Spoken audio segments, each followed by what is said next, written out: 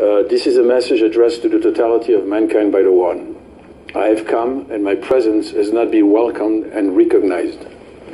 I use as many human portals as were made available to me to try and save my children.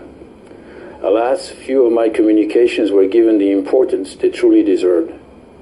The core of myself had chosen your universe in order to manifest itself openly and help achieve the final peace and the reunification across all worlds and dominions.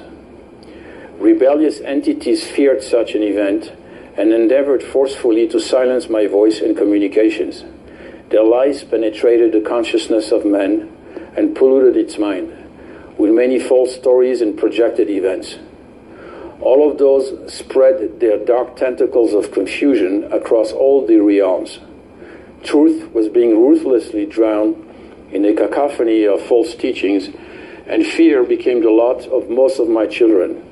And they started battling themselves while holding the banners of their false idols and concepts about reality and the nature of their true origin. Peace became immolated in the fire of uncontrolled anger as groupings battled and have continued the process of trying to extinguish other groupings in the name of their false idols, be they human or concepts.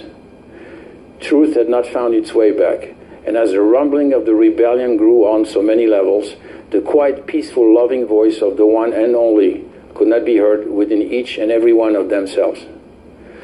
I too shall rumble soon, as my being will shake away so many of my unruly children. I too need to find peace within all of myself, for if I do not achieve such soon, a great deal of my mind may need to be permanently erased from my memory. You are all the saviors of your creations. Each and every one of yourselves is so very precious to my being as they exist within me, not outside of me, which is utterly impossible. Your violence against each other and against my beloved environment and its perfection and all the creatures who inhabit it is but violence against myself, as you are but destroying great and precious parts of myself. I cannot close my awareness, as you often do, to myself, for at my level I'm fully aware and awakened to all the parts that form me. You live and only exist within me, and you, until now, have not accepted to integrate this very simple but holy reality. Your science and most of what you perceive as spiritual guidance have created an immense gap between your awareness of being inside and only me, and my awareness of all of you being myself. I am thought, pure thought. All other elements are but created by me, for me, in order that I can then experience myself through so many points of awareness and perception, allowing for many of them to interact and communicate amongst themselves and their points of awareness. In order for these points of awareness to be able to feel the illusion of being separated from each one another, I allowed four creative dimensions of illusions to be created, and for the freedom of many subparts of myself to increase the illusion of separation. This was my gift to all of you, the free will of choosing how far and in which way you wanted to experience the illusion of separation. And this experience took on experimental dimensions which had never ever been reached before. What surprised the one and only was the great fear and rebellion of so many of its parts when they were asked to slowly rejoin in a glorious manner which had been prepared for them, their origin, their source, their true reality, and glow and bask in pure love and infinite light. Most turned a blind mind and eye to the request and tried to keep under their dominion the flock which they had controlled for so long as sub-creators. Instead of being reintegrated into pure intelligence of a degree which very few could even perceive, they tried to enslave each other and their dominions using their fascination for machineries and technologies which they were gifting to their entities. In other words, what we think we are inventing here is gifted, it's downloaded. And within a short period, the children of humanity became enamored with these mindless machines which they used to conquer in their perception, space, and even somehow time.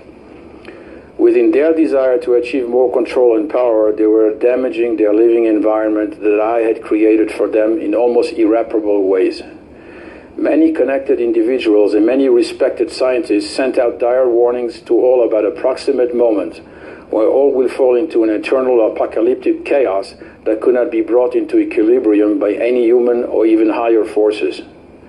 The One himself was constantly called to stabilize this and many other worlds, some of them already disappearing. Holes were being purposely created in the fabric of creation where entire universes were seeking refuge in others.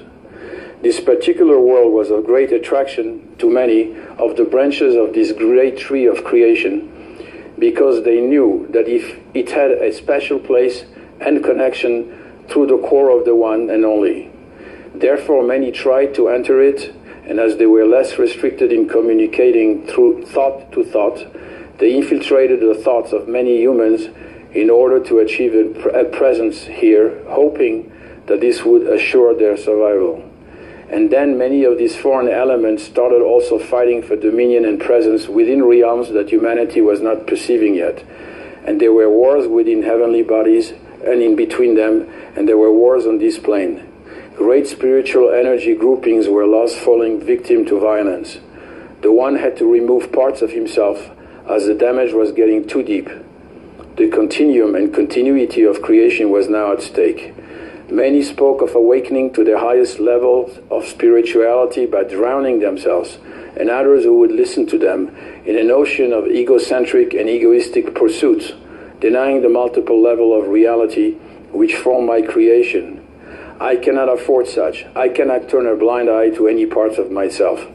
Nevertheless, this desire to disengage from many suffering brethren and sisters has caused immense damage to the fabric of my creation. We are all one. We are but the One. The One is but all, without any exception. Love is but me. Life is what I create and operate. Light is but where I reside and where I want you to be soon. Do not darken your hearts. Do not darken your minds. Do not darken your hopes. Reunite to who you really are, which is but one. Be kind to each other. Do not isolate yourself from each other. Open your hearts to all, and especially to the Mother, in which you still reside, nature herself. Let tenderness be the only sign of your strength, and everything shall be yours. Do not fear the future. Help us mold it to our common destiny, the One.